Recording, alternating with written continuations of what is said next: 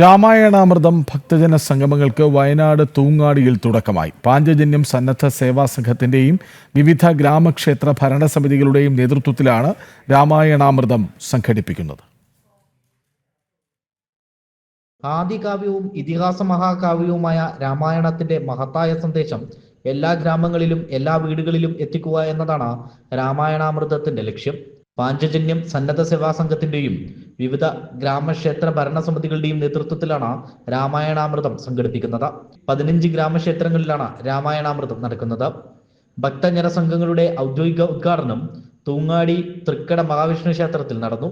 ശാസ്ത്ര ഗവേഷകനും ആധ്യാത്മിക ആചാര്യനുമായ doctor P Sivaprasad ഉദ്ഘാടനം ചെയ്തു. രാമായണ കഥ പാടി വന്ന ലവകുശന്മാരെ ക്ഷേത്ര തിരുമുറ്റത്ത് ഭക്തജനങ്ങൾ സ്വീകരിച്ചതോടെയാണ് പരിപാടികൾക്ക് തുടക്കമായത്. തുടർന്ന് നടന്ന ശ്രീരാമനാമ അർച്ചനയിൽ നിരവധി ഭക്തജനങ്ങൾ പങ്കെടുത്തു. ചടങ്ങിൽ രാമായണത്തിലെ വിവിധ കലാസന്ദർഭങ്ങളുടെയും പ്രദർശനവും കഥാപാത്രങ്ങളുടെ ദൃശ്യാവിഷ്കാരവും നടന്നു. ക്ഷേത്രം പ്രസിഡന്റ് NK രാജീവൻ അധ്യക്ഷനായി.